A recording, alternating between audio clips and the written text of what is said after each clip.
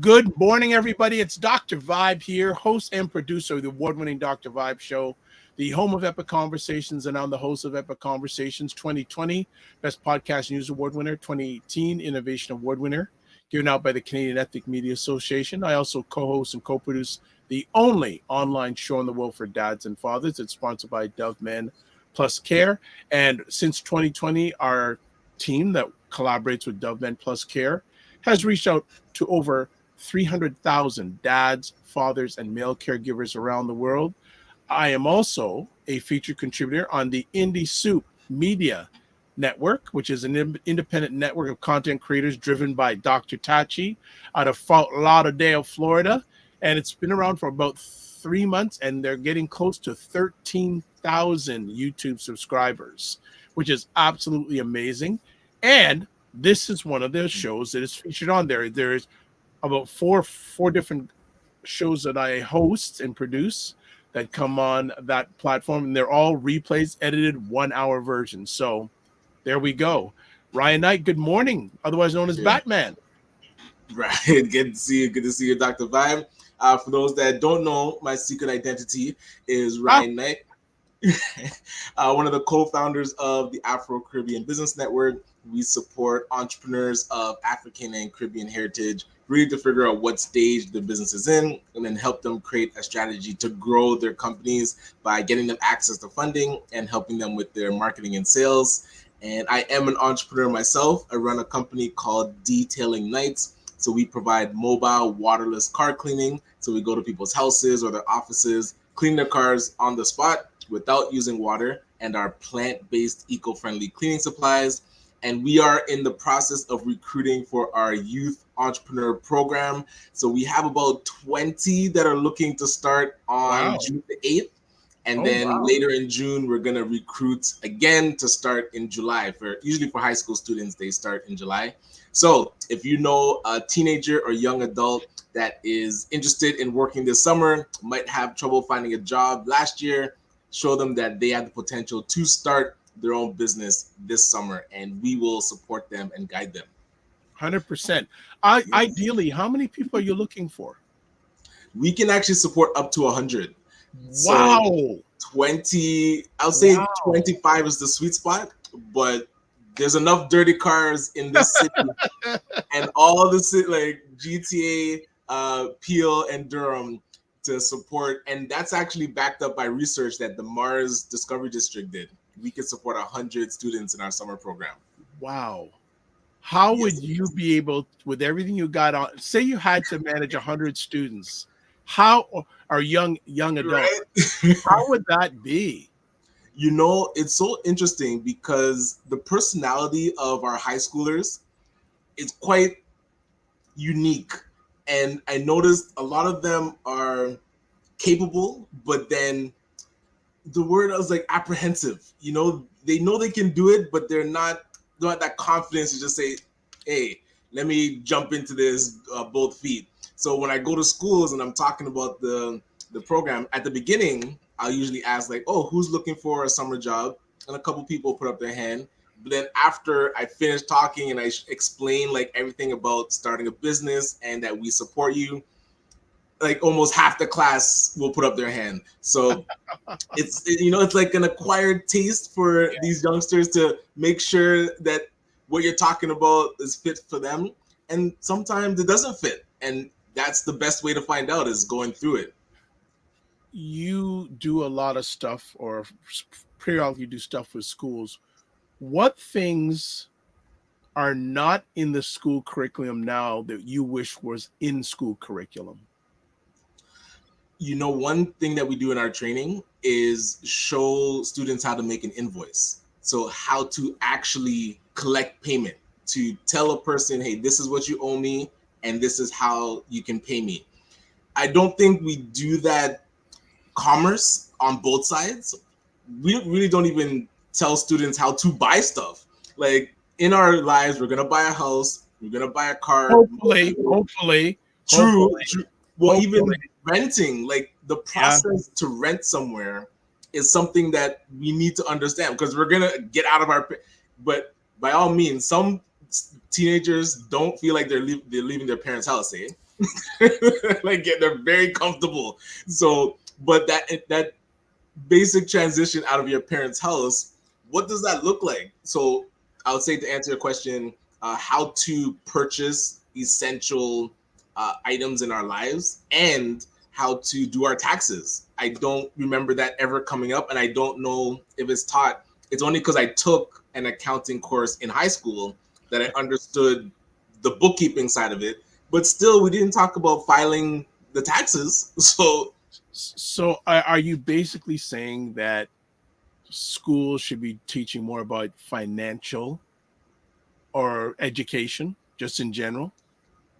Yeah, because when they just lump it in all financial literacy, it loses its focus. Like, yes, financial literacy is kind of the umbrella, but very specific things. We know on the journey of our lives, there's certain things that we're going to interact with. Those should be introduced to students ahead of time. And then so that when they do encounter filing their taxes for the first time, they're not caught off guard. They've done it. And I heard a report that they're bringing back home ec. So teaching students how to, cook and take care of themselves. Yeah, I heard that there's right. I'm on a mailing list for the Ontario Association of Family Studies group. Okay. So I saw an email, and they said Family Studies is coming back. I go, what? And it's funny, I remember taking that class in grade 7, and it's kind of like a taboo, like, oh, you're taking home ec. You have to take it because you have to do drama one semester and then home ec the next semester. Right. And I still remember how to place forks, like things about. I remember we had the lady on talking about etiquette. Yes. So standard things. It's still, I remember grade 7 on how to do some stuff like that. 100%. Yeah. Well, Ryan Singh is in the house. Good morning, Ryan Singh. Which part of the world are you in? Yeah, well, here's a funny story. So, long story short, a number of months ago, I had a chance to meet a lady who is recently been elected president of the Canadian Society of Cinematographers. And she had said they're organized. She actually came out and said, you know what? Our organization's too white and too white male. Effect, eh? Yeah. And she says, we're looking for more members who are Black, Indigenous, etc. So I said, we had a conversation. It took me 2 months to get a meeting with her. It's all right. She's busy. And one of the names I brought to the table was Ryan Singh. Yes. Because Ryan, especially with his documentary Ray of Hope, I don't know what part of the world he's in, but they won awards in a film festival in the UK, and I think there's at least another one. I think it was the Black Diversity Film Awards. I can't remember what, Ryan, if you're here. Yeah. Oh, Canada. Okay. He says, okay, we'll get to. He says Canada. Go ahead. Canada at the moment. Washington D.C. by the end of the week. So there you go. I think he came back from Cannes, right? I saw. Yeah, he was in Cannes too. Yeah. Okay, yeah. Yep. All right. So did I text him or did I think I texted him? He called me back. He was in England. This was last week. So I'm going, okay, because I don't know what now, Ryan. I know you're a documentary guy. You should be documenting, if you can, even on video, all your travels. Yeah, but this whole circuit's awesome. But Fitness IQ says, morning. Good morning. He says, watch me timing. All right. Ryan Singh says, them teachers don't know nothing about financial literacy. And Fitness IQ goes, why would they get rid of home ec?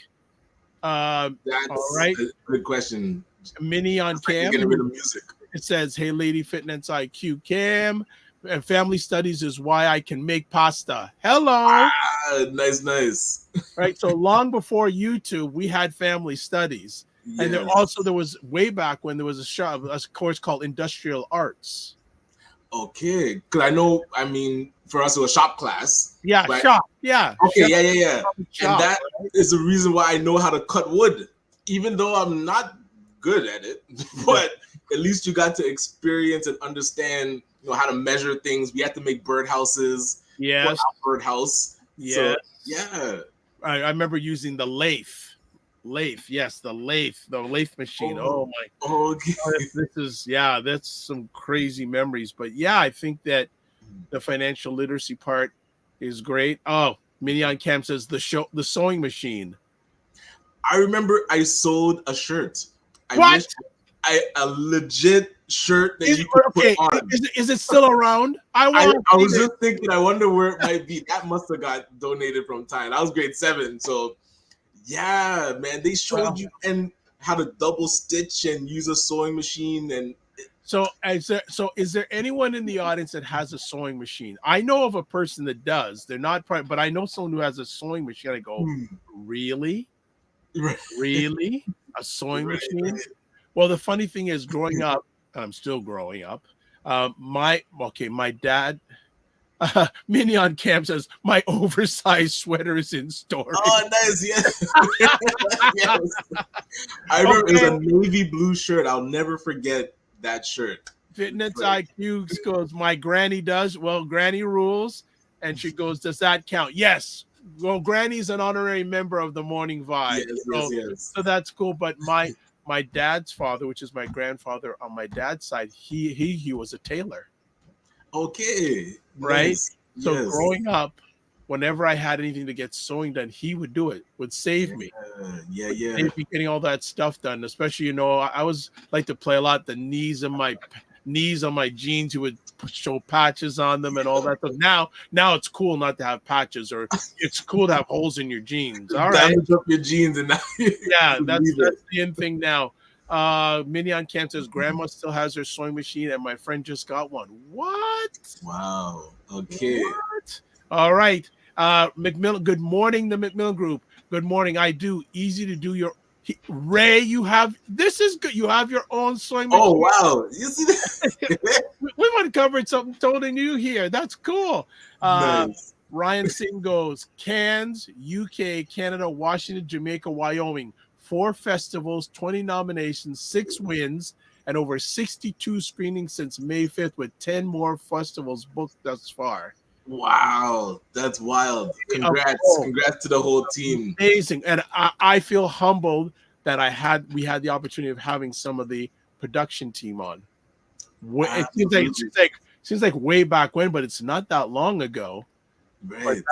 But that was, and also having the opportunity to watch a screening of it at a banquet hall, and then having the opportunity to host the question period after the documentary was, and so Fitness IQ goes, wow, Ryan Singh. Also, amazing. Ray goes, congratulations, Ryan Singh, to you and your team. Absolutely. That's it's wonderful to see. Well, Ryan concerned us, but just seeing something that was something a few weeks ago, now just go up international. It's a beautiful thing, and all awesome. well deserved, and that's exciting. What else has been going on? Yeah, getting ready for the youth program. What else is happening? Well, what actually you and I had asked you about an event that's coming up in October, even though it seems far away. Right. We are in the midst of planning for the Black Entrepreneurship Ecosystem Conference. So looking to do that in October, the last week of October. So October 28th, 29th, and 30th. So definitely save the dates for those that want to join us in Ottawa. But yeah, that's a weekly we meet to plan it. So piece by piece is coming together. But looking forward to that as always. Actually had a very interesting conversation on Saturday with a group of men, and one of the gentlemen, is he in his 80s, 70s or 80s, and I've known him for a while. He asked us this interesting question: do you have less stress in your life now compared to 20 years ago? Okay. If I was to answer that, 20 years ago, I was playing a lot of video games. So I don't think I was stressed at all. Still living at home, just first year of college, although that year did not go well. So I wonder if that counts as stress. Okay. All right. No responsibilities. Yeah, that was a chilled out time, not even thinking of moving out. So that wasn't even on the mind. It was just not even on the radar. Not even on the radar. No, I want to ask that question to people who are in the chat, either live or on the replay.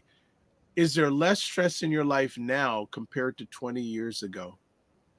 And Minnie on Cam says 20 years ago, I'll save it for the show. I'm hanging out. I know you're hanging out backstage. All right.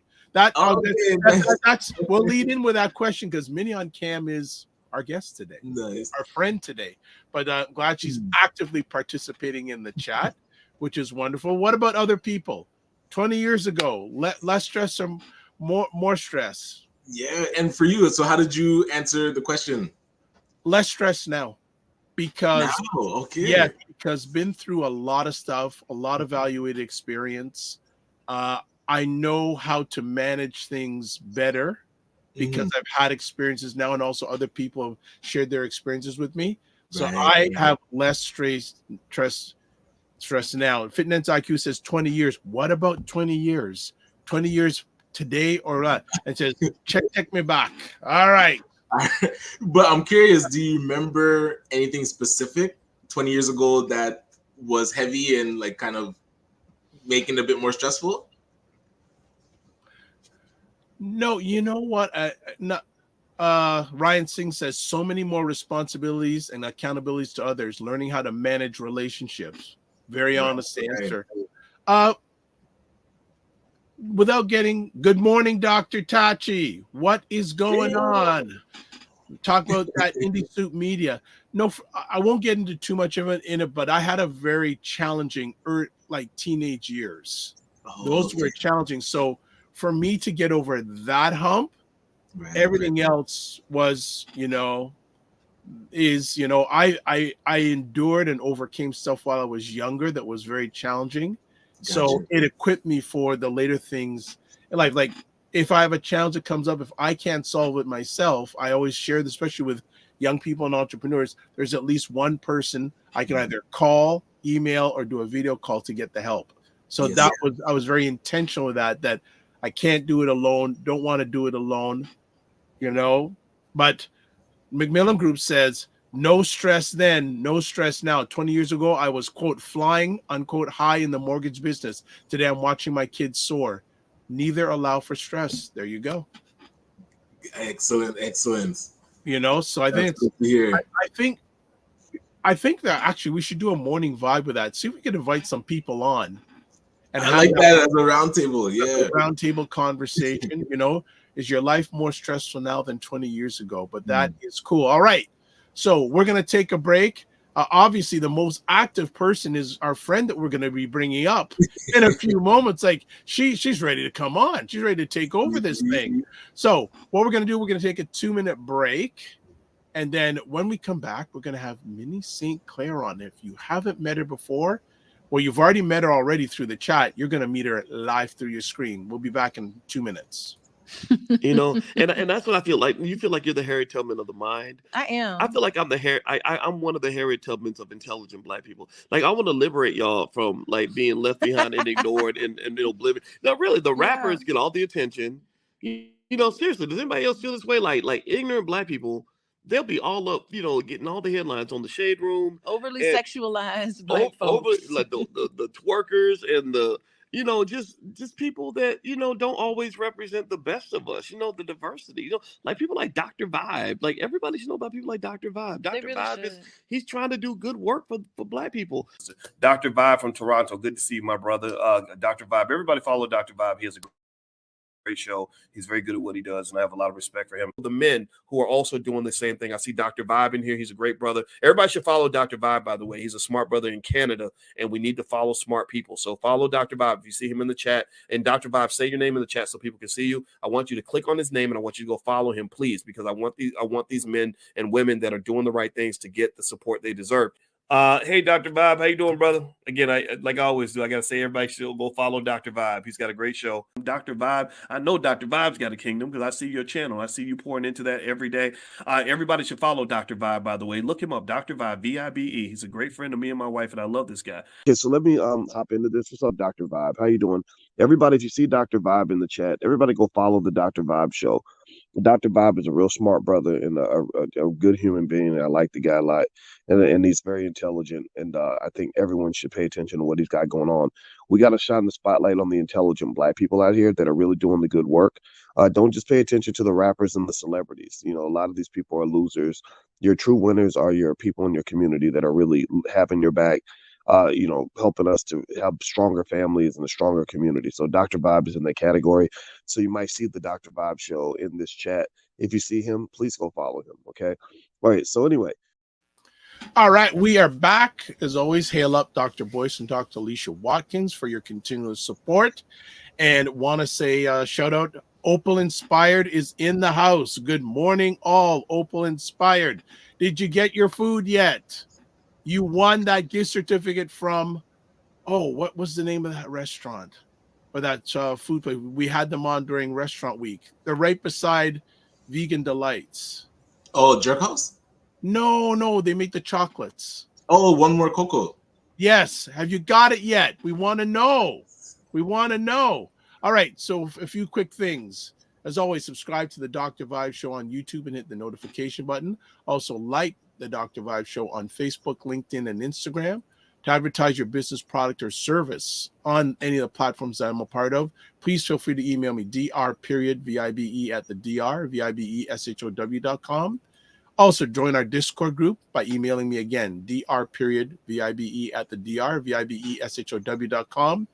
If you want to get a hold of the media star known as Knight, RyanOneilKnight.com. Also, LinkedIn, Ryan Oneil Knight. Instagram at Ryan.Knight99. Email address, work with me, RyanOneilKnight.com. You want to hang out with me? Come on down, thedrvibeshow.com. YouTube, Facebook, The Dr. Vibe Show. Instagram at The Dr. Vibe Show. X/Twitter at DRVIBESHOW. And email dr.vibe@thedrvibeshow.com. All right, all that's done and has also been shared on a whole bunch of platforms. All right. Frequency Event Promotion says, greetings, Dr. Vibe and Ryan. Greetings back. When's the next event, Mr. Frequency Event Promotions? Are you finally taking a break?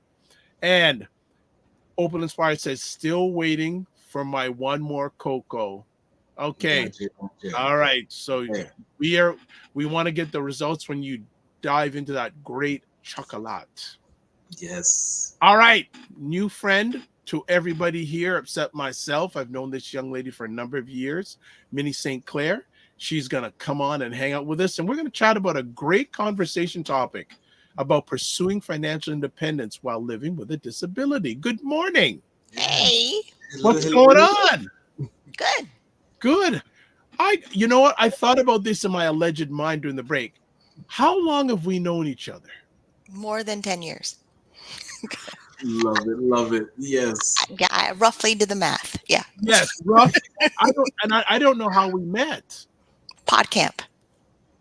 Wow. PodCamp. What is that? So PodCamp Go was ahead. podcasters that met and talk about podcasting and media and their shows. Wow. PodCamp. That was when it was well, back then it would have been Ryerson. Yeah, when they had a normal name. Yeah. and now it's TMU. Wow. That's cool. Wow. And my first one, not the second one. So yeah, it's a long time. Oh, wow. Nice. And then that weird panel of people that were talking about issues of dating and relationships that turned awful because they had open bar for too long. Oh, snap. What? Yeah. Wow. That's fantastic. Yes. Wow, The university with open bar that I guess they didn't. It wasn't a university. Like I think they rented a space. They had box wine, Gotcha. and they let us drink too long, and then they started. It was just awful. And they brought up topics they had no business talking about because they weren't experienced in. Right. Oh That's my wild. gosh. Well, let's catch up on the calls. You see, this is already crazy. Fitness IQ Cam says July 13th is his next event. So I guess she does marketing for Freaking Event Promotions. He also says break, finished, and looking to do another one. Okay, good. Gavin, so he doesn't know it's on July 13th. Yeah, really. Gavin D. Good morning, Gavin D. Morning, all. Fitness IQ says morning, Minnie. Opal Inspired says will do. She'll keep us up on the Cocoa stuff. Fitness IQ, LOL. Yes is a normal name. I missed that. I don't know what you mean. And then Dr. Tachi has a laugh emoji and also says too much boxed wine. Okay. All right. One more thing before we get into our conversation. Mm-hmm. Is your life less stressed now than 20 years ago?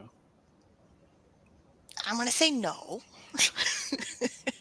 And it's because 20 years ago, 2004, I just moved out of home. So I'm 19 and I leave home. Home wasn't great, so I moved out. I'm in my second apartment. Yeah. And then I had to figure out credit and there we health go. issues. Like it was just like I couldn't stay home to be healthy, but I had to move out. And then now, if I didn't move out then, I wouldn't be able to afford rent. So true, right. Like that, the window of, oh, you should stay home. Like, no, but if rent is affordable for you, go. Gotcha. Let's see. All right, so we're talking today about financial independence while living with a disability, and I don't get a chance to get into this conversation topic a lot, but I'm very happy that you've taken time out of your schedule to share about it because I think it's going to be very empowering. And just setting up for Friday, first Friday of June comes up this week. Wayne Harris will be on. So it's too bad Wayne isn't here because it'd be really interesting to get Wayne's perspective also. But my first conversation piece, can you share a bit about your disability and how it impacts your daily life and your ability to work? So I'm going backwards. So it's chronic pain because I have scoliosis and multiple sclerosis, then bipolar disorder, post-traumatic stress disorder. And it's the whole 20-year timeline. That's exactly it. Because, yeah, that's part of the reason I moved out of home because my family didn't believe in mental illness or they weren't paying attention that I had one. So I left home. But they had really good insurance. So it's just weird. They work so hard for the good insurance, and then I'm having challenges that needed access to the insurance, like the psychotherapy, the physiotherapy, all those things I accessed when I moved out before I turned 26, where for people that are 26 and they're on their parents' insurance plan, they kick you off. The companies kick you off, but then the parents didn't buy a private plan for me because they assumed a job would take care of me with insurance, but I never kept a job long enough because I was having mental health issues. Right. Like the cycle is madness because now they're like, oh, you're doing so good because I did it by myself. Like, it's just... Right. Like in spite of your help. It's interesting, Minnie. The stuff. I mean, like there was help. Like I'm not gonna like discredit my parents and not helping. They helped, but if like you were talking about invoices earlier, if the invoice says a certain amount of money, you can't pay a magical number in your head. You have to pay the number it says on the invoice. So they would give something, say this is for this. I'm like, okay, great, but it's missing how many hundreds of dollars that I still have to come up with or go into debt for. It's a weird thing of like living with it, and then it's expensive. It's not you can't live with the health challenges and not pay for it at all. Absolutely. All right. Dr. Tachi says this is an important topic. And Fitness IQ Cam goes, damn. And also Dr. Tachi is going, wow. So that when Dr. Tati's in like this, she wants this on Indie Soup Media. So don't worry, Dr. Tati is going to get on there. And also, Fitness IQ kills the sad facts of parents not understanding mental health back in the day.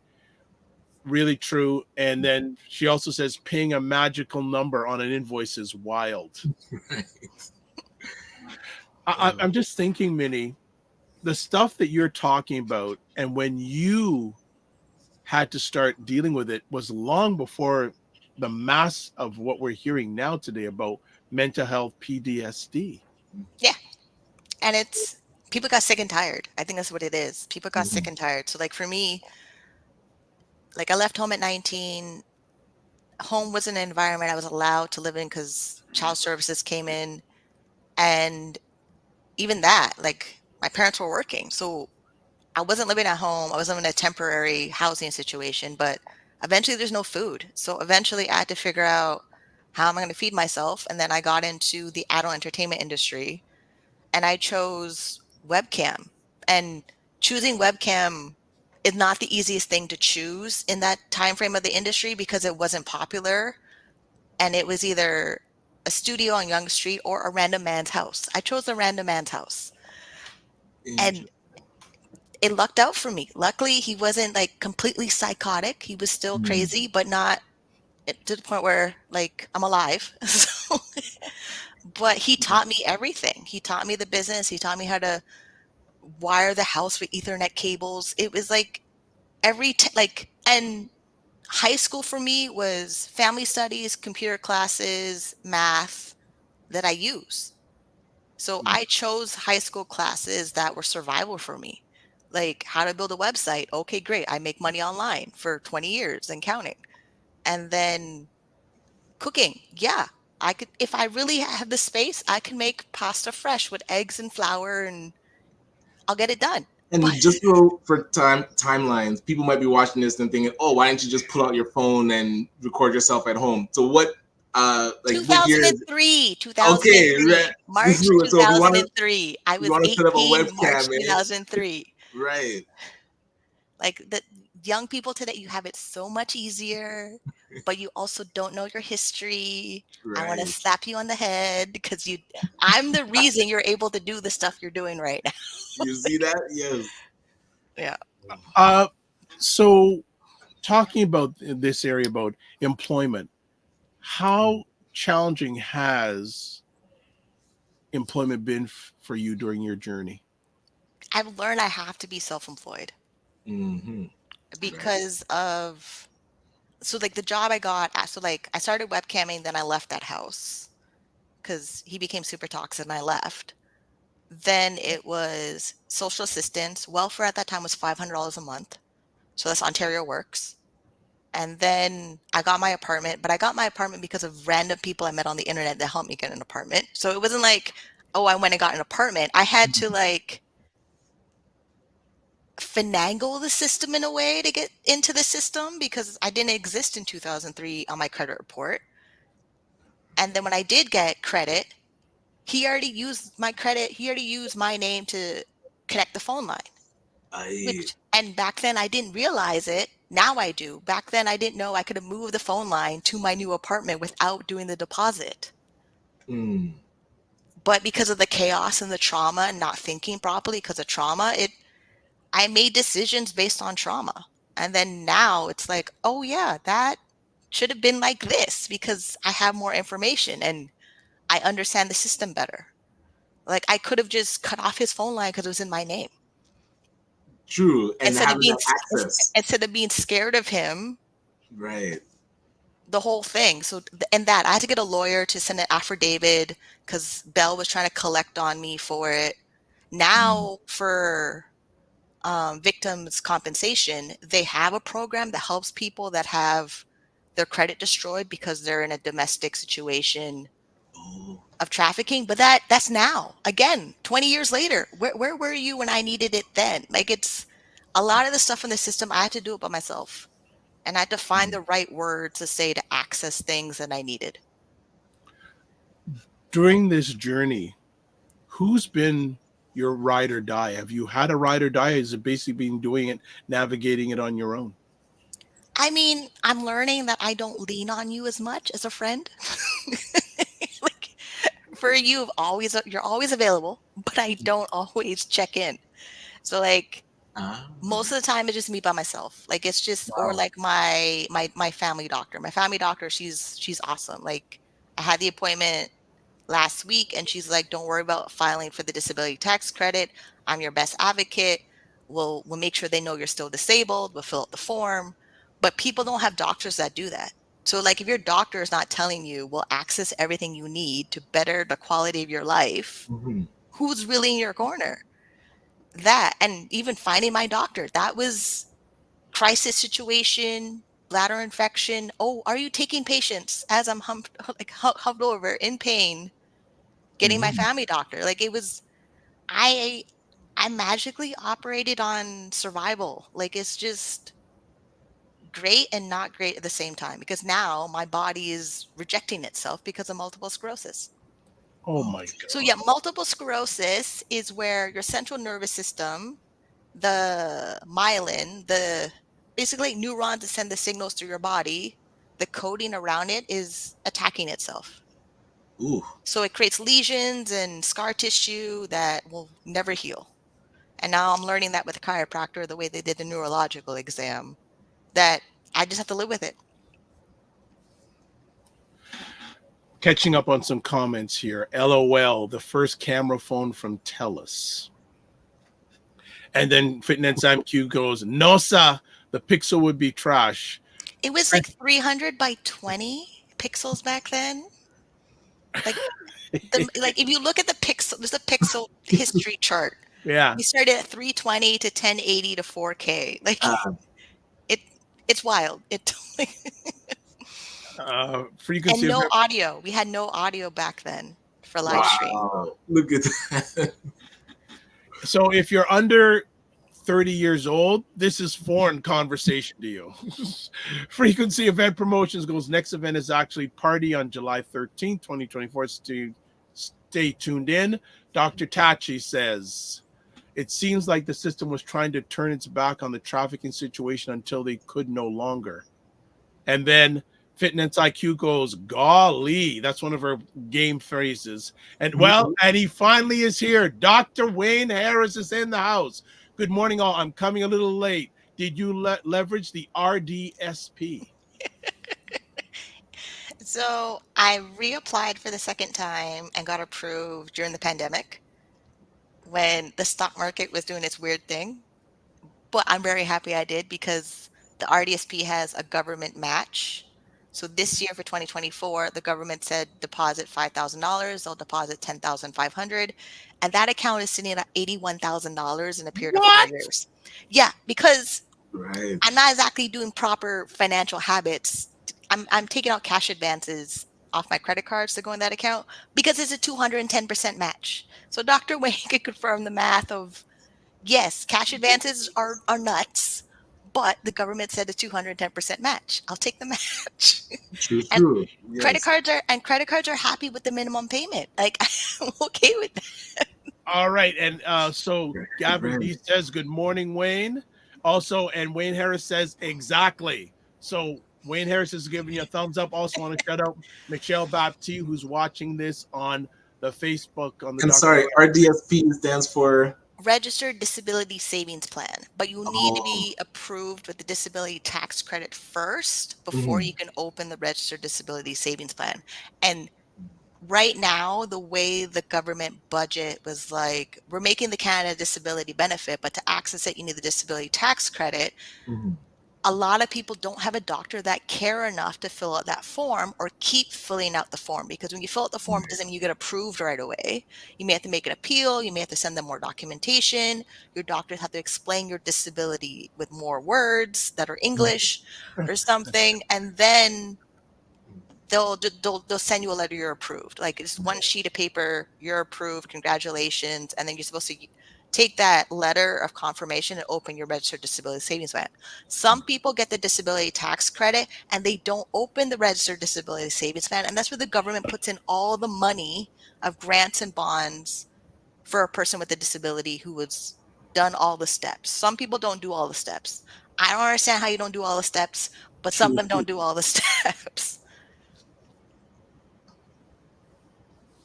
That is good to know. All right. Appreciate that. Dr. Tachi says borrowing to build. That seems smart. In this situation, yes. Not in all situations, but in this situation, absolutely. Something tells me Wayne Harris is going to have a number of questions. So This is good. This is good. I get No, quiz. no. This is I'm good. curious with like other organizations that work with those going through disability. Like, I'm not sure if you're connected with Ashe, with Lisa Arneson.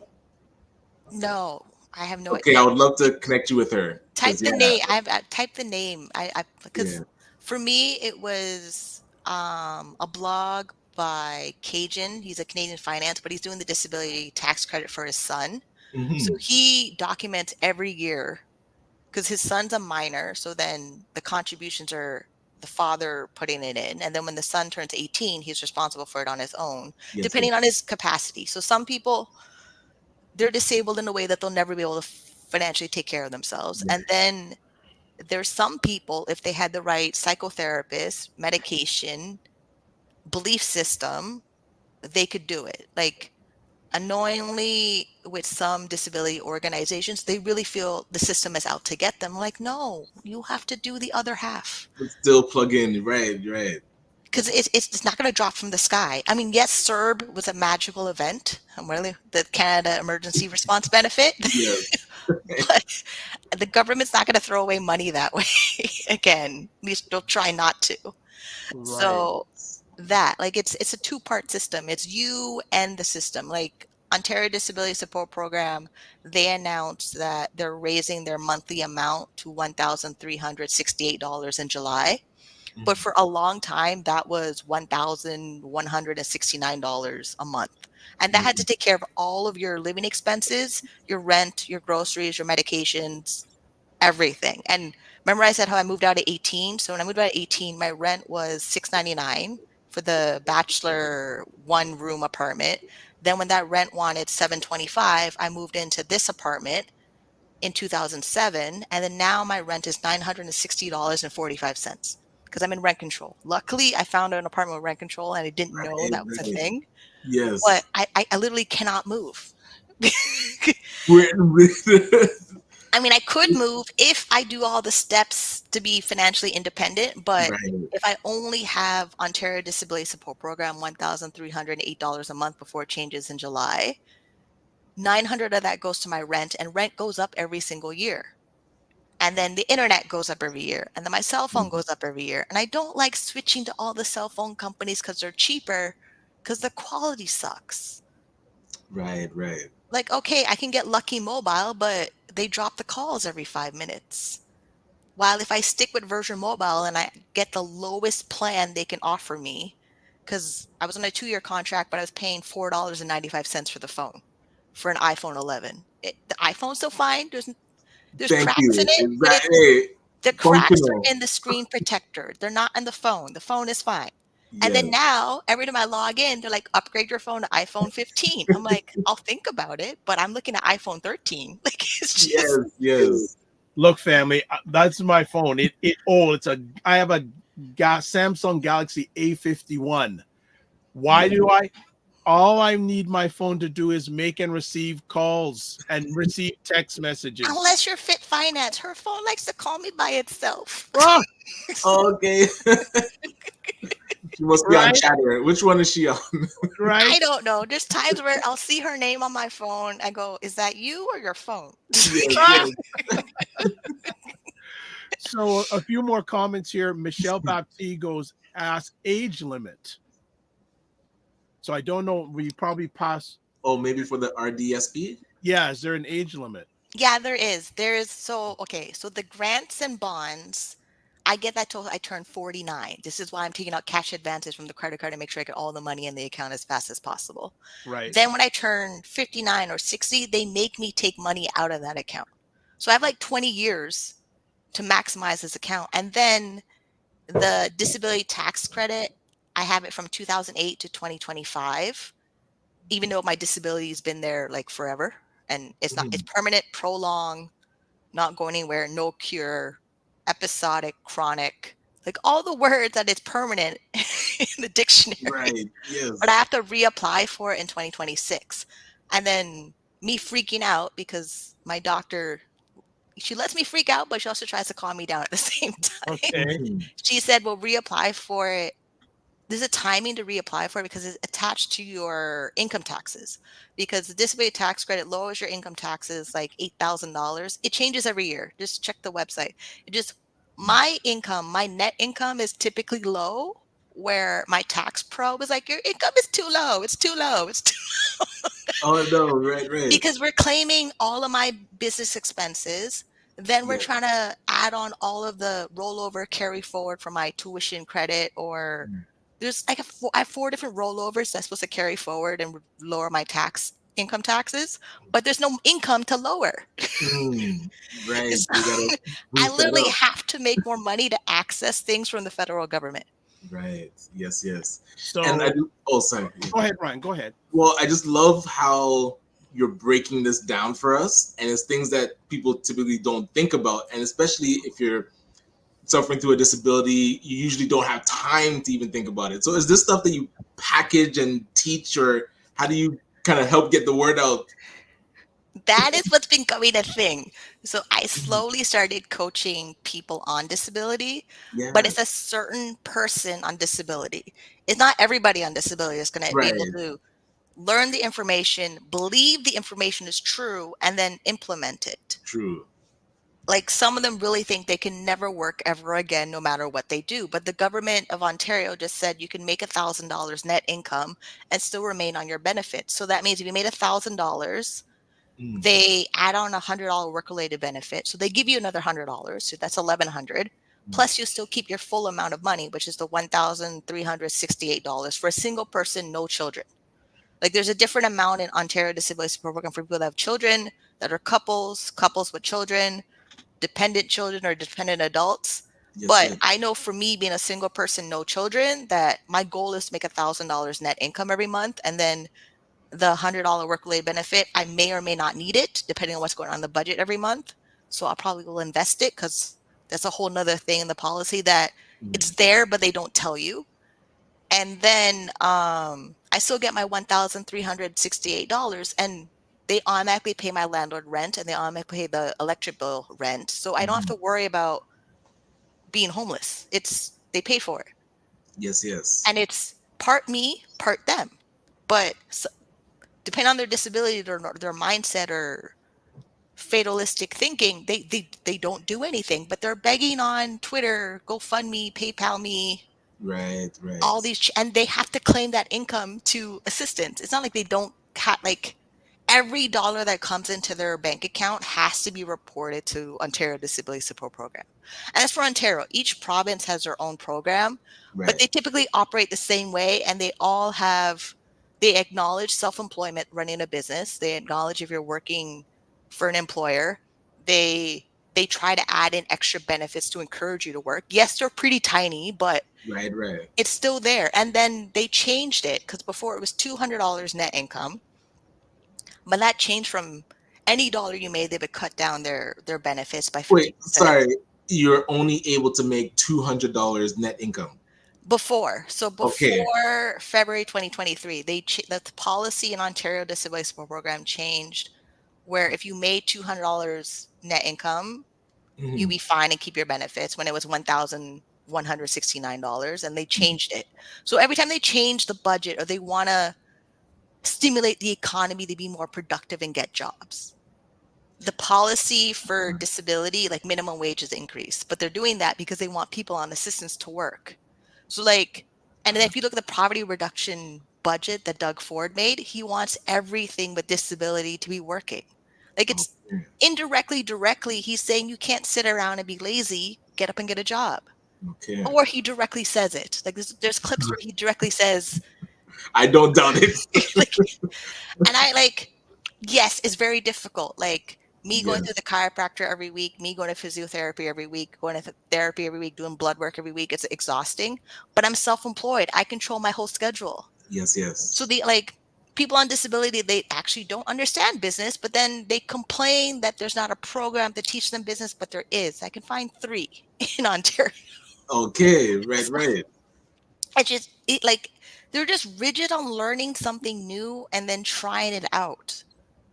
Because like if it blows up in your face, you can still reapply it on Ontario Disabilities Program with rapid reinstatement. I mean, there's a window time frame on when they want you to reapply, but you pretty much go back into the system if you don't exceed If and it doesn't work fly. out, right.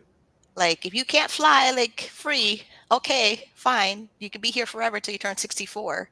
And that's the other thing. They make you apply for CPP, GIS, OAS when you turn 64. And Okay. then you lose more benefits because you're a senior. This is why I had to embrace pursuing financial independence, because I'm 39. If I turn 64 and I don't do anything to increase my financial literacy, habits, net worth, or bank account, I'm still poor. Okay. And I don't want to be bitter and be a crazy bag lady on the street. I'm like, I'd rather be a crazy bag lady in my house. Can I All right, just want to interrupt and the great conversation going on here. Just want to catch up. Fitness IQ says, but at least CRA may backtrack the DTC.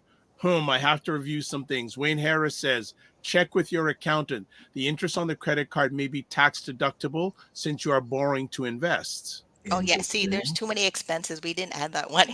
All right, Fitness IQ says, hey, and Michelle Baptiste asked, it was an age limit for government matching. Yeah, the 49, the 40, that's the 49, 49. okay. That's age 49. And Fitness IQ is, I guess, upset. Can't be calling out my name, sir. And also, Wayne also says those who don't have ODSP or an RDSP can still apply and may get funding retroactively. And then Michelle Baptiste goes, you are doing a great job, Minnie. Kudos to you. Absolutely. And even do you coach parents of children that have disability as they're starting to age towards adulthood? I know that parents was the idea. So the idea was to go back to college for business and finance. And then the easiest path I know to be licensed and qualified was to join either Primerica or World Financial Group, because they offer what I need to get people started. Right. So like how ODSP says you can have a life insurance product and it's exempt up to $100,000. That is where most of my accounts are. My RSP, my TFSA, the First Home Savings Account. Because when I met with my financial planner, like this is the point of networking and meeting people and just keeping them in the back of your head all the time. Yes, right.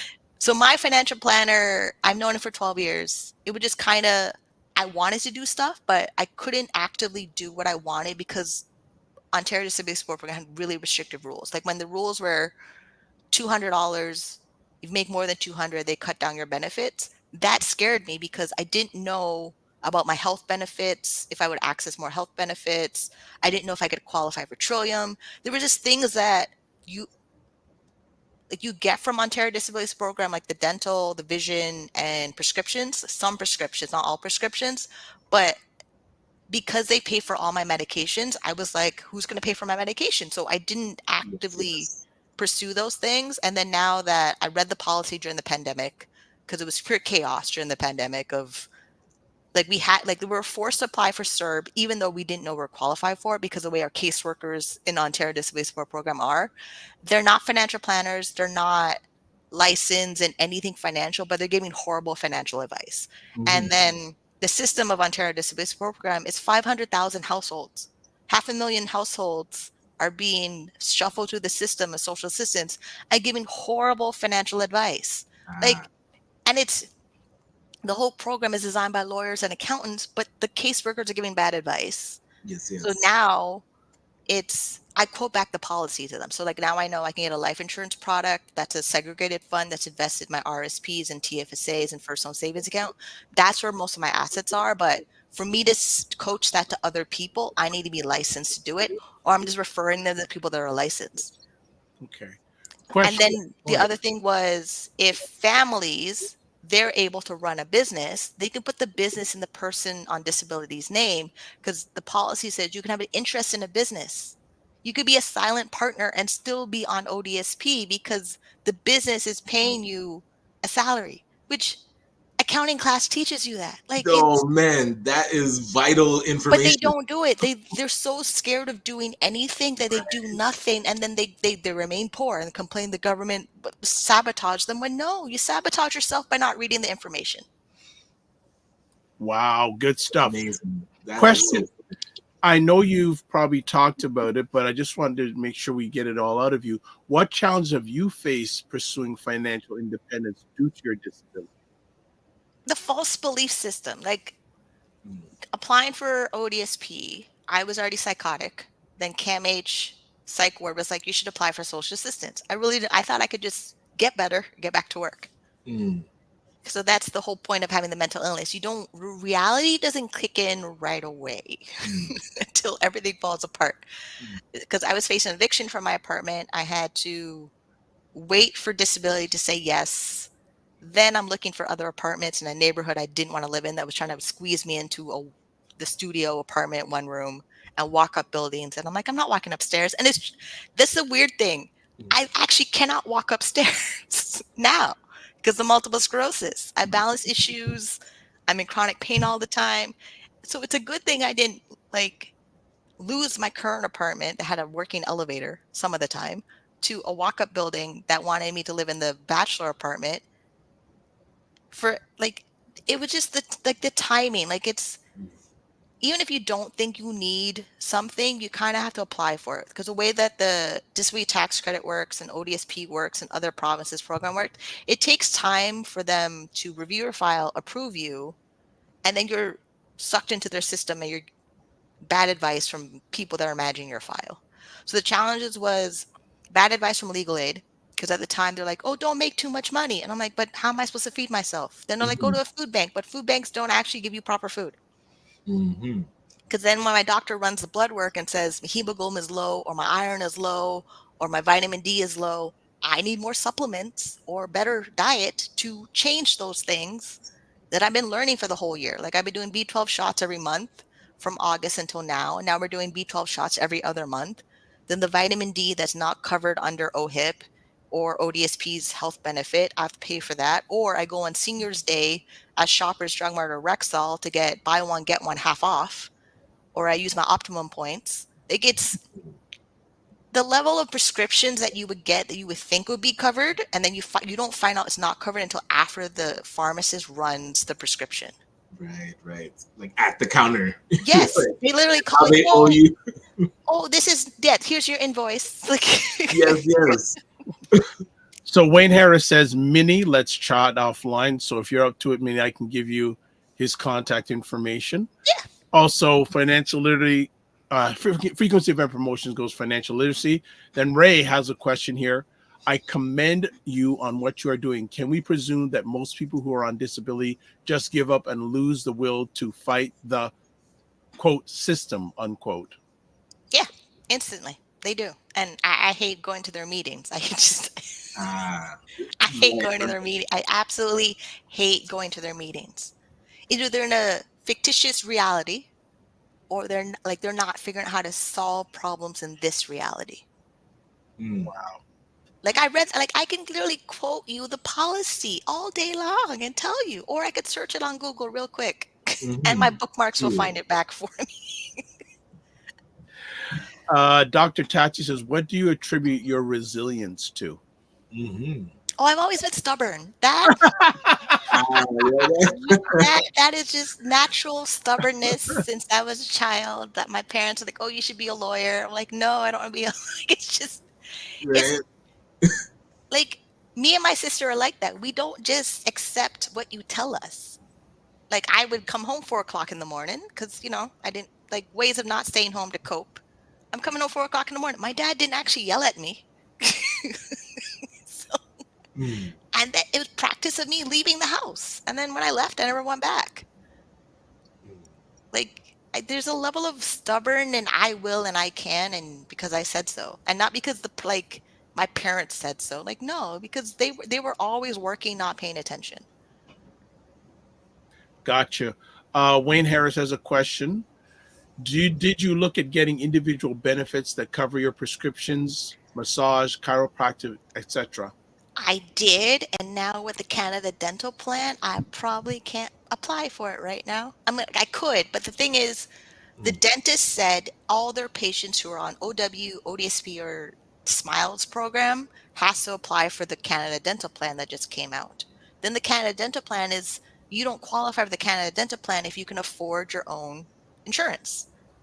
It's a toss up because if I I have to enroll in the dental plan now before I go see my dentist in August. So I have to do that now. But if any time frame that I get my own plan, I'm committed to keeping that plan because whenever the dentist runs something that ODSP rejects, they need a way to be paid. It needs to be paid for somehow. So like if they I have a permanent retainer in my mouth, and if they have to cement it down and it's not covered under ODSP, I have to pay for it out of pocket, or it's from the insurance plan will find a way to bill it and then they'll pay for it. So it's a weird thing coming in because if you're continuously poor, okay, the Canada Dental Plan works for you and then you're on government programs. But if you're gradually coming out of the system and gradually being working poor and then not working poor to working class or whatever that looks like, and then higher up, you push yourself out of every program available. And it's that's wild. the scary part. I think that's the part that people on assistance don't want to face. Like they don't want to gradually come off the system and access things on their own. And that it's almost like a tipping point where is it worth? It's training wheels. So like assistance is training wheels. Yeah. And you want to push the kid down the hill so they can pedal on their own like my mom did. And they don't want to pedal by themselves. They don't want to ride the bike by themselves. They want training wheels.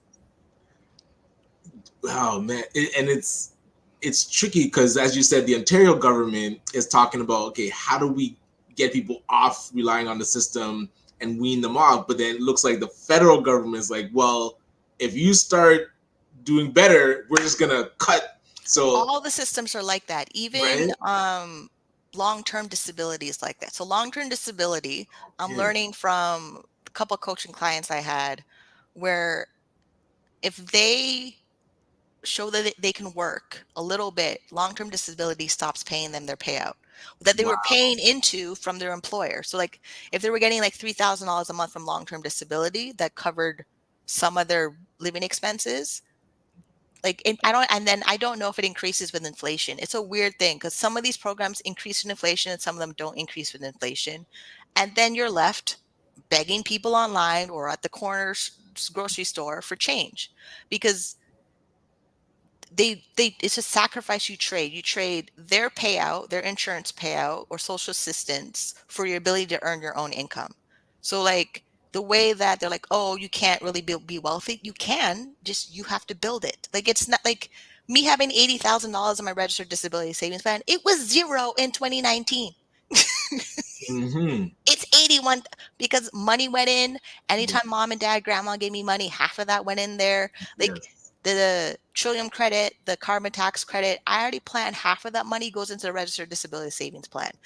Yeah. But it's because I can still work. I have my self-employment.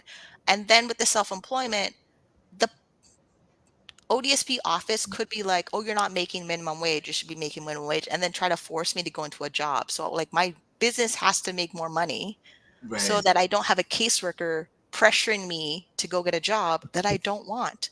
Because going through a job interview and then, oh, I'm online on the internet because I work in adult entertainment. They don't like that. Then I have a disability that they have to accommodate. They don't want to do that. Then I'm pretty damn stubborn. They don't want that either. Yes. So, 3 strikes, you're out. pretty much. And I'm older. I'm not 20. Like when I was 19, I was on social assistance, trying to escape that toxic environment, working a job, working from home until I burned down and became psychotic. I really not interested in pushing myself to do that again. True. And nor should you have to if you have the ability to be running your own business. 100%. Hayden Morrison says, Minnie, I'm not sure what your disability is, but you're an absolute genius. We second and third that. Yeah, fitness IQ. I have a meeting, but definitely coming back. Thank you. Wayne Harris says, sounds like the key is knowing the sweet spots for each program and how they interact. And then he also says most private company LTD is not indexed to inflation. The public sector wins here. Well, that sucks. That's why you need to talk to Wayne. He can give you some No, insight. it's like private, because I never had an employer long enough to access those things. Right. It would just, the assumption was what I was doing from home wasn't a real job, and my parents said go get a real job, and then the real job didn't want me. So it was like, what was? And Yeah. then one company called me a conflict of interest because I already work in the same industry as them independently. So I couldn't win. And then at one point, because I was getting enough from social assistance, I paid my rent and my electric bill, like my 4 things out of my bills that I needed. All I had to do was groceries, clothes, and fun. Even now, I still have to do a lot out of my budget. Like, it's weird how $1,500 goes so far. And the reason I get $1,500, I access medical transportation, a special diet. Okay. Right. So like even that, most people on assistance, they're not trying to apply for everything, because if they have a caseworker that says no, you don't qualify, they don't decide. They actually don't decide, because if they make a decision and it's in writing, you can appeal it. Right. And then but the annoying part, legal aid may tell you don't apply for it. So sometimes legal aid will tell you stop fighting for something that you know you qualify for. Wayne says LTD is only to age 65 in most cases. Yeah. Yeah. That I know, but they still make you choose, make your own money, or they give you what they give you, and good luck. Minnie, do you see yourself as an advocate? Yes, but it wasn't the title I gave myself. Right. Yes. Like it was like I just got tired of like being told I cannot have, when my family who came from Jamaica to here tell me I could have everything. So one of them had to be right. Either I'm not having anything and I suffer, and then my parents who came here so I didn't suffer. Like they came here and had me, and they expect me to access everything Canada has to offer. Right. And if I don't do that and I show up Christmas or some family barbecue and they're like, how come you're not doing those things we told you to do? Like, that's literally what they tell me. Like while we're drinking alcohol, it's, oh, but we didn't teach you that. Like, Caribbean families have those people that tell them, oh, we didn't raise you that way. So they raise you to be smart. They raise you to like to fight back. Like I'm ingrained to do this whether I want to or not. Like even now on social media, when people are posting on ODSP, they have $5 in their bank account. Can you give me money until next week? I'm like, look, the disability says you can make $1,000 net income. Figure out how to make $1,000. The level of things we have now that can help you make $1,000, I don't know why they're not doing them. Like there's either online, some app, like the amount of people in my building that are doing Uber of some kind. Yes. Or some app of some kind. Yes, it's ridiculous. They're out there with the big, huge gloves and the bikes with the huge wheels in the winter, but they're trying to do something. Yes. Like I'm pretty sure they're not coming home until they make a certain amount of money. Like even my YouTube channel, it paid me $100 last month. I need to make more content on there that's searchable and almost clickbaity to get more views. But YouTube's going to pay me. It says Google MLSP in my bank account. That's it. And then I tell the caseworker, Google paid me $100. We're going to say, no, it said the bank account said so and the invoice said so. That's the other thing about having invoices. You need to send them to the caseworker when they ask and you get audited. And it's a good idea to have your invoices in your own accounting software than versus printing off a certain website that has your documentation, because you're giving them too much of your business that they actually don't need and didn't ask for. Right. And then it gives them an opening to be more judgmental and criticize what you're doing when there are people in office that has basic college, high school experience to push paper and press save. Yes. That's like I don't give my caseworker more power than they need. Like I just don't. Like I know this is a policy. You should have skimmed it through in training. You didn't. I read it every day because I'm home. What else am I supposed to do? Like, if you're on disability and you don't read the policy of disability, yes, it's complicated language. Yes, it's stressful to read it through. But if you read it through 600 times a day and then ask Google, what does this mean? You understand it. Right. Like that I didn't like they want internet access, but they're not using the internet to make money. And that's literally what I've been doing since 2003 is using the internet to make money.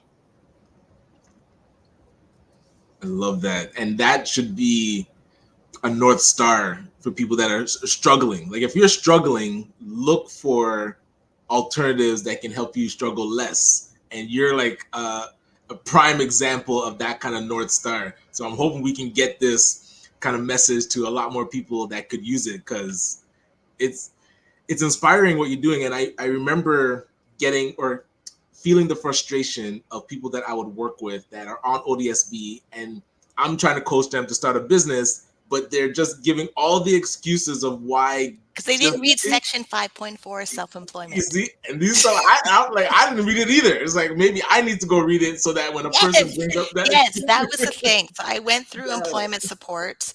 They have one program for self-employment, which is Toronto Business Development Center. And then for 2 years straight, every time I talked to a caseworker, they would send me section 5.4. That's why I'm reading the policy. They kept sending me section 5.4 self-employment. Then I memorized the thing. Then I was like, okay, let's read the other sections of the policy. And that's why I learned about life insurance products and segregated funds, that they're exempt up to $100,000. And then they changed the policy too without warning. So there's times you go to the website for the policy director of Ontario Disabilities Program or Ontario Works. Is this last published and then last updated? And the dates keep changing. If you look through it to the whole year or over like 3 or 4 years, you see the policy keep changing over and over again. And your caseworker didn't tell you, because the caseworker is not going to tell you. Like, they literally think that you're too dumb to understand their information of a policy that you went through to apply for. And you sign all the documents saying, I agree. Every time you're making your application to Ontario Works or ODSP, you're signing your name. You're signing your name, you agree. Like, just because they give you that small little package of orientation and your rights and responsibilities, your rights and responsibilities is to read the policy yourself. And it's not, and they're making that program more online. Like, they want to digitize everything and they're making it online. Everything is there online, where faceless YouTube channels with robots, AI, are reading the policy on YouTube. There's 3 YouTube channels that read the ODSP policy, and they're robots reading the policy. Look at that. All right. Wayne Harris says, this sounds like passive people lose and people who actively take control of their lives wins. No difference with people who are disabled or not. If you snooze, you lose. Yes. Agreed. Yes. Yes. There's the book I'm reading, Millionaire Mission by Brian Preston, the Money Guy show.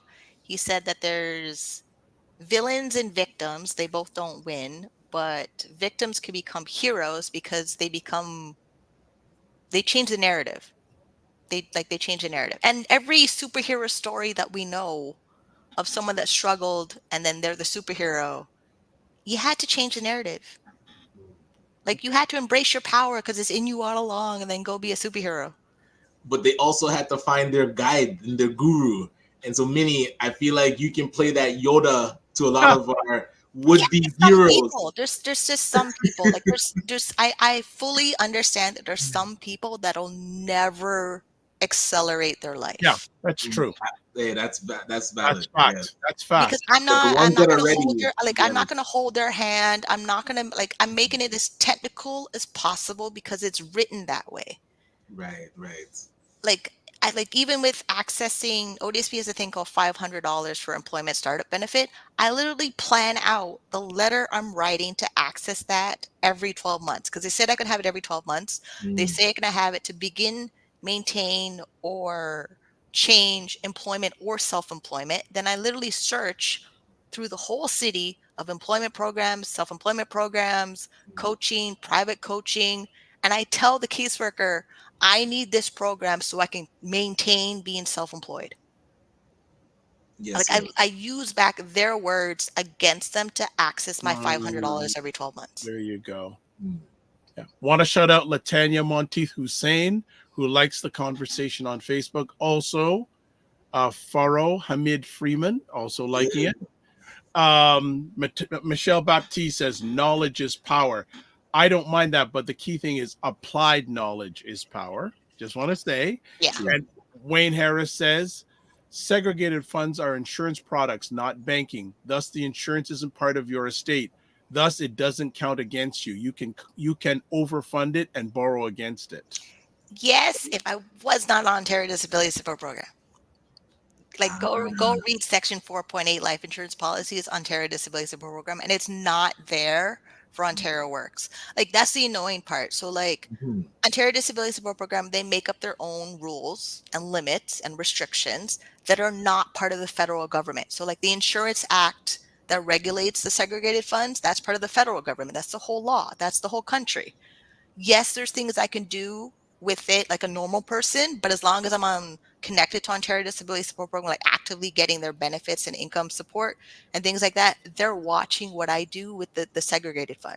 They're watching when I take money out of it. They're watching when I put money in it. They're watching if it goes over $100,000. Like that was the thing I was trying to tell my mom the other day. They watch everything I do. They want to know when I'm married. They want to know when I have children. They want to know when I buy a house. Even though I'm allowed to buy a house, they want to know when, and then how did I get the money? And then when I have the money to buy a house, I have to actively use that money in a certain time period before disability says I have an overpayment and I owe them back more money. Ooh, right. So it's not just, do all these things I'm telling you. It's read the policy, understand your situation. Like I know I'm a single person, no children, self-employed on ODSP. Then it was, how do I build my financial plan? So it started with Dave Ramsey's baby steps and then Money Guy Show financial order of operations. Then I changed everything in their financial advice that they have that's American to Canadian. And then I have to read everything that's Canadian that applies to me, like the registered disability savings plan, opening the first home savings account, and then talking to my financial planner.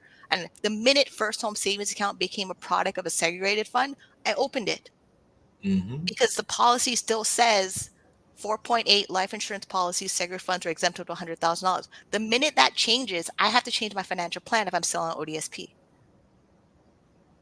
Because remember I said the policy changes without notice. So if I log in one day and they say they don't acknowledge segregated funds anymore or life insurance products under ODSP, I have to make a new plan, depending on how much money is in that account. Yes. There was a comment earlier that ended with the word genius. There needs to be a position for you to get this information to people.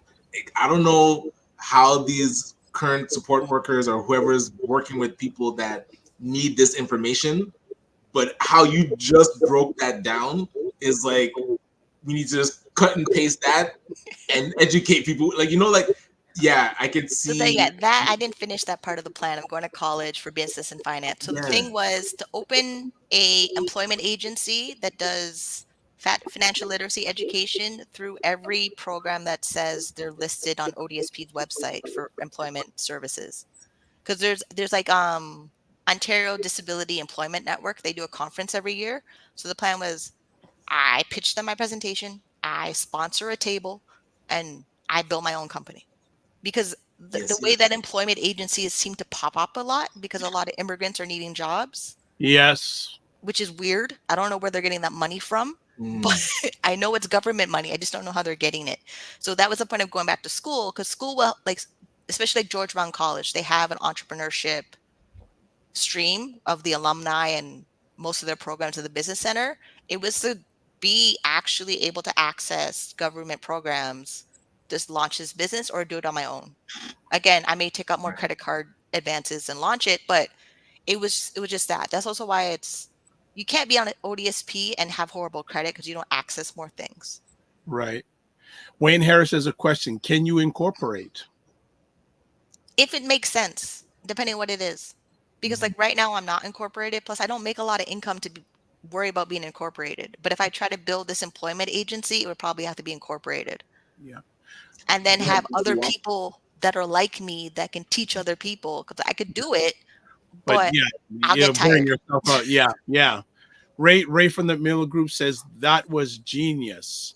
There is so much content in the US. The ability to make it applicable to the Canadian context is what will set us apart regardless of personal circumstances. And the First Lady of ACBN, Charmaine Hussey, chimes in. Great information. Educating people is important. All right. This is going very well today. Let me ask. So, what resources you've shared from your own lens, but what resources would you suggest out there or support systems would be helpful for those who are in the same circumstances you are in? I mean, I listed most of them, like the Toronto Okay. Business Development Center. That's Okay. where, like, they help people that are entrepreneurs on ODSP in Ontario Works, but their program outline is just to teach you how to build a business plan. If you already have a business, then you're operating your business like a normal entrepreneur. Like, Yeah. it's who just happens to have a disability. So, like, either it's disability first or entrepreneurship first or career professional first who lives with a disability. Like, it's not always I have a disability. Like, I have to go into spaces and just present my idea and have people, like when I got the coaching client, I got the coaching client from networking at the Women Chamber of Commerce. And then with the Women Chamber of Commerce, their issues that they're fighting don't even include people with a disability. That's right. So, like, how are you saying that we're marginalized, but you don't even have stats of people with a disability? And then even on the Government of Canada websites, they have these different business guides for like LGBTQ and women. I emailed them. I said, do you have anything for people with a disability? They said no. I'm like, how are you supposed to give us business guides and you don't include people with a disability? So, like, there's a lot of environments that don't even have disability in the conversation. Okay. Absolutely. Just want to ask, are there any advocacy groups, online communities, or mentors that have provided you guidance, or you would suggest providing people in your situation who have the situation that you're going through any guidance? Yeah, there's just some disability organizations that I cannot be around at all. They teach poor, they teach poverty, they teach do the bare minimum. And I'm as vocal as I am right now, and I'm now yelling at these people. Good. Yes, right. I fully believe that it's an opportunity for you to be the solution to many people's problems. Because, like, they would say, like, I'm going to call them out. It's fine. John Stapleton has this thing of how to access social assistance when you become a senior.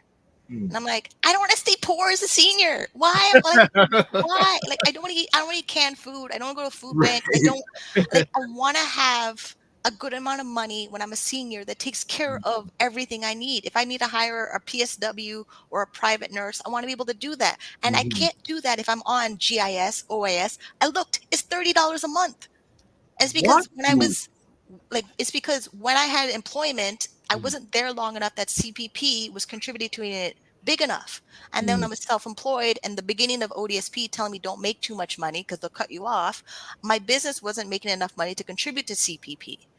Like, remember I said earlier, I have to make more money to access federal programs. Yes. That's one of them. If I don't make more net income from my business, I don't contribute to CPP. That means when I turn 64, 65, I'm getting $60, $70 in GIS, which is less than what I get right now from ODSP. It's actually 1/3 of what I'm getting right now.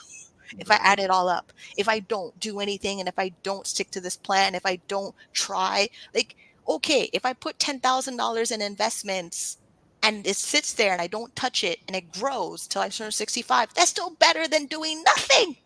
100%. And I don't understand investments yet. I'm not trained yet. Maybe Wayne is. I'm not trained for those things. But I know at least that. Yes, exactly. Yet. We see that on the horizon, 100%.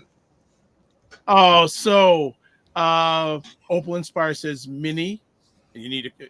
She spelt it wrong, but it's from her head, not her heart. You're a great example of being assertive and proactive. Well done. Dr. Tati says this was a brilliant session. So, any other messages you'd like to share with the Morning Vibe family today? So, like, with disability, it can happen to anybody.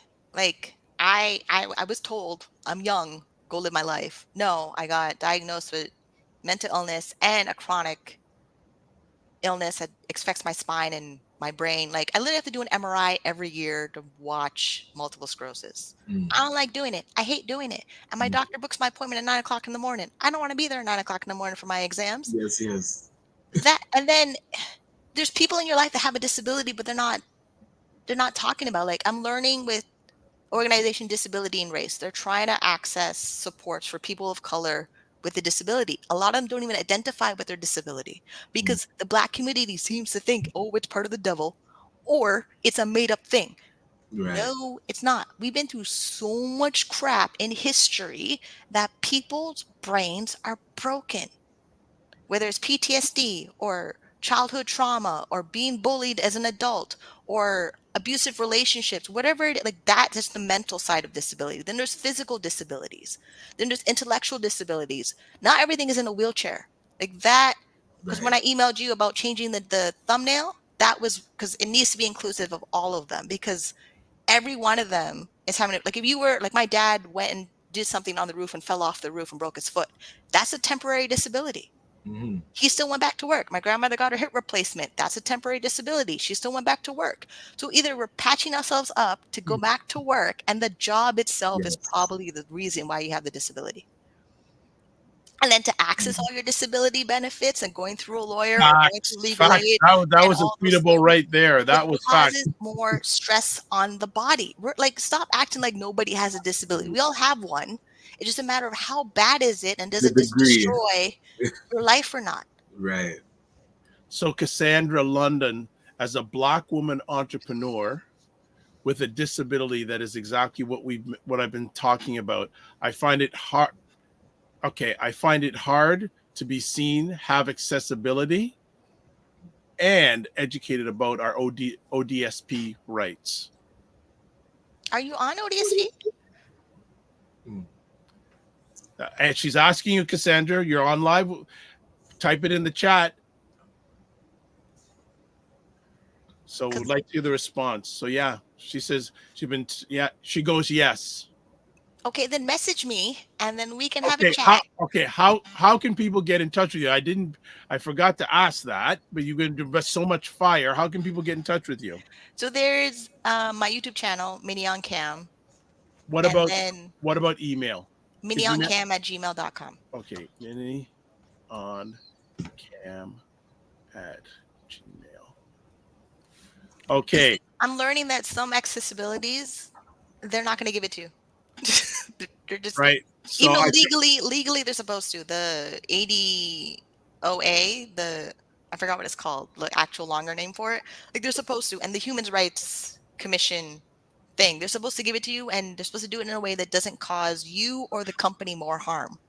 And sometimes, if you're causing the company more harm, they let you go, and they find creative. This is why legal aid isn't always the best resource. You actually have to hire a private lawyer. This is also why I really like Legal Shield, because you can get a membership for access to legal people. And every problem you have, whether 2 o'clock in the morning or a panic like I do, you can message them and they'll break down the legal terminology, what to access. Because a lot of it's you have to be your own lawyer, be your own financial planner. Enough that you know how to ask more questions.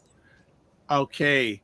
Latanya says, Minnie is dropping truth bombs, and I applauded your methodological and in-depth understanding of the economic system, systems surrounding disabilities.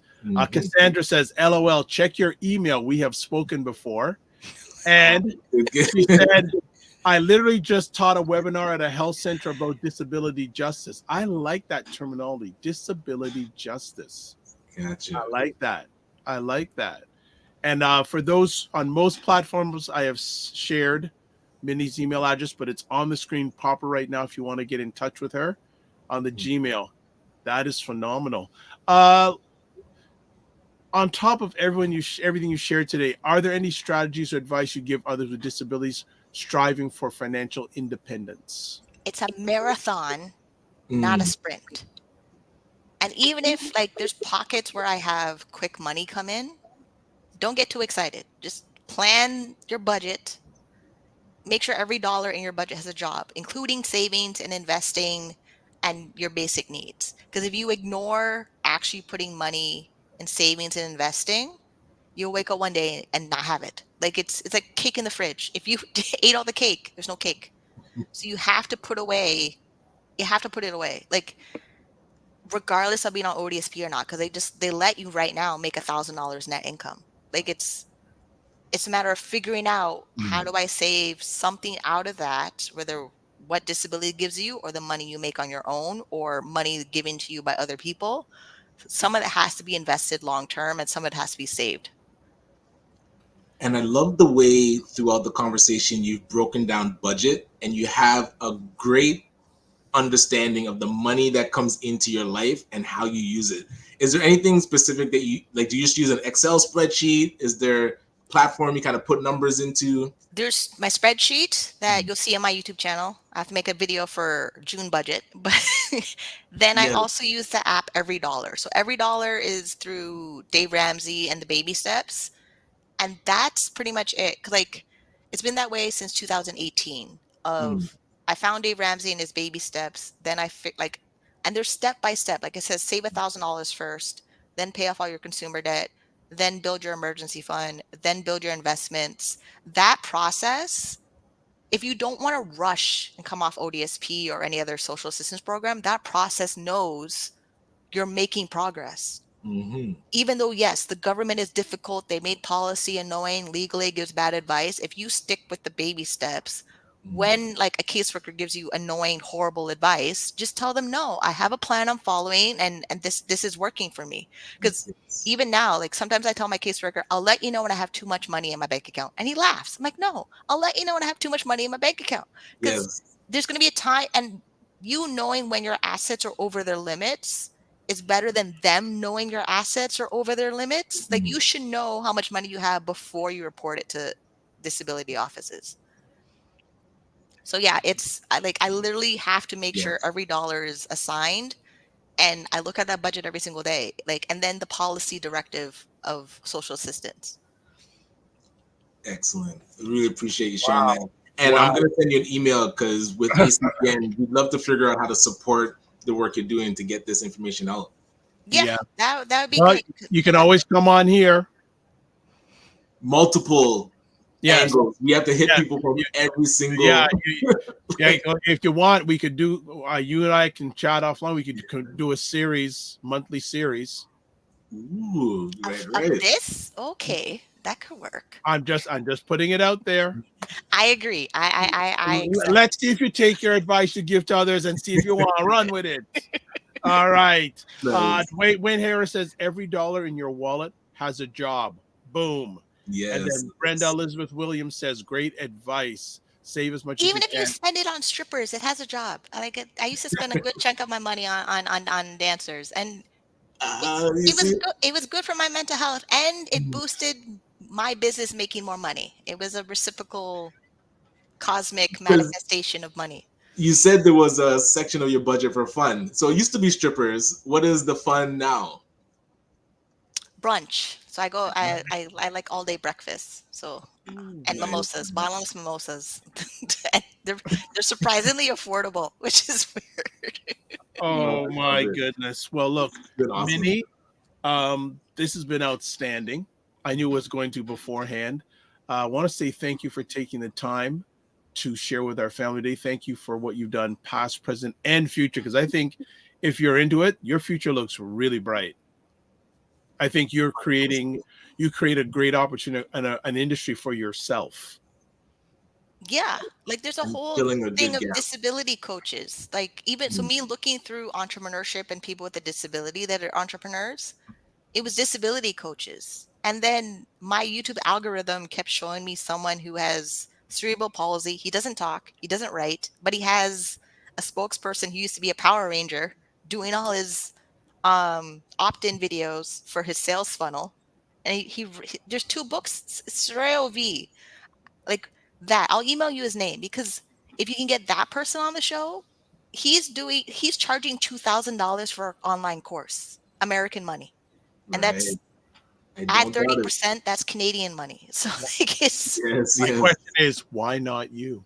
I'm working on it. Okay. In process. It's a work in progress, right? It's part of the plan. You just hear she's got strategic. She's very strategic. It's written out on paper. I have to do it now, and that's the hardest part. Like, yes.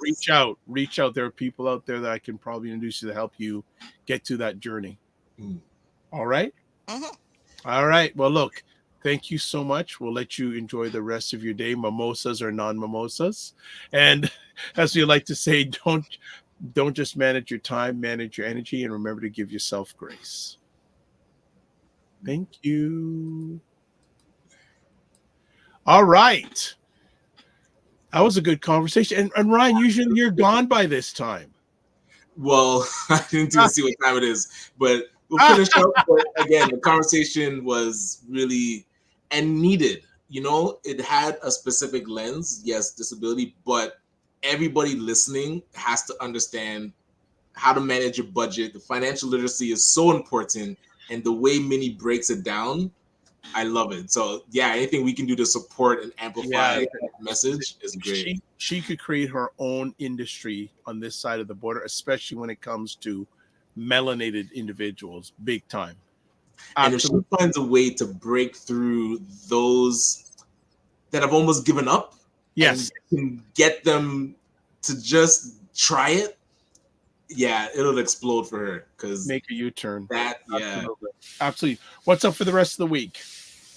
So planning for those that have dirty cars, June 8th, we are doing our training for our youth. So we need some test subject vehicles. If you can come to Brampton at our office, hey, you get a car clean at respectable rates, only $50 instead of $130. So we are putting it out. We're looking for test subject vehicles. Okay, so I don't know if you're going to be here or not on Friday, but send me the information. I can share it with the Morning Vibe Show family on Friday. Yes. Yeah, because the 8th it's a Saturday. So I'll send you the link so people have to register. There's a 1 o'clock time slot and a 3 o'clock time slot. Oh, try. You see, look, I didn't even do it in the morning. Just for you. Morning we'll is better. The morning is better. There's less traffic at 1 o'clock in the afternoon going out to the Northwest Territories and 3 o'clock. I would have liked the 9 a.m. slot, but gotcha. Well, hey, we'll send a person to your house. You don't even have to. Remember, that's our bread and butter service. So if you don't want to travel, we'll get yours done. All right. Anything else up for the week? No, this week seems quieter. Just admin mode, man. It's like getting prepped, and shout out to our printers. So Jamal, Corey, Christopher, I have to send you to get some flyers done. It's just go time. So how about yourself? How's the week looking? Pretty positive, productive. I have, I actually am attending a whole day podcasting summit on Thursday, which I'll just say it's interesting. I'll just say it's interesting. I'm just going to there to observe. I'll just leave it at that. I'm just going to observe, and that's basically that. Supposedly in the next 2 weeks having a conversation with one of Canada's top 15 companies on a potential collaboration. But that's it. But look, thanks for everyone hanging out today. And as always, a great conversation topics as always. I made this request on Saturday on Prime Time, Saturday with Ishan Lala, but I also, I'm asking a favor for the regular family of the Morning Vibe. If you could potentially or possibly email me, I have a little favor to ask. It would only take a minute of your time.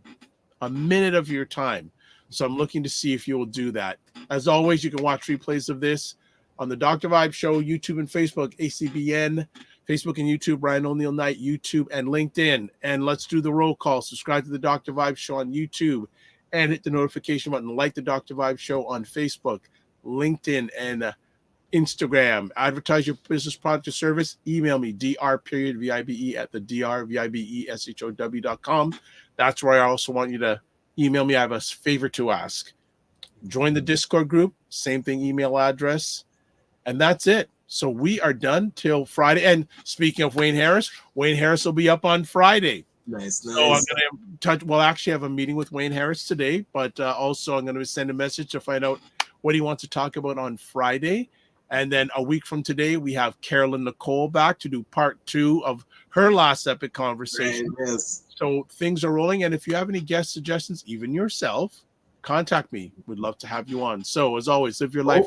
Just before you wrap up, this Friday is the 30th anniversary of First Fridays. So with Warren Salmon, they're doing it downtown at the Globe and Mail Conference Center. So if anyone's available in the evening this Friday, June the 7th, definitely check that out to celebrate 30 years of First Friday's networking event happening. Congratulations, Warren Salmon. Yes, Brenda Elizabeth Williams, enjoy your day, guys. Thank you. Well, you're making us enjoy the day. Thank you so much. So as always, live your life as a dream. If you can dream it, you can make it. Sometimes you have to get small to get stronger. Block assumptions and aim bigger, aim better, aim higher, aim wider. Love, faith, and respect. Remember to give yourself grace and don't just manage your time, manage your energy. God bless. Peace well. Keep the faith and let's help Minnie and her cause rise. Yes. See ya.